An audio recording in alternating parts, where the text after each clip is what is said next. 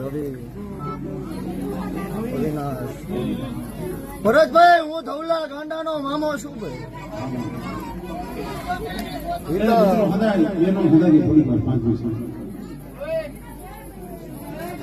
ભરતભાઈ, હું ભાવે હાથમાં આવું, બાકી હિતા હું હાથમાં આવતો નહીં.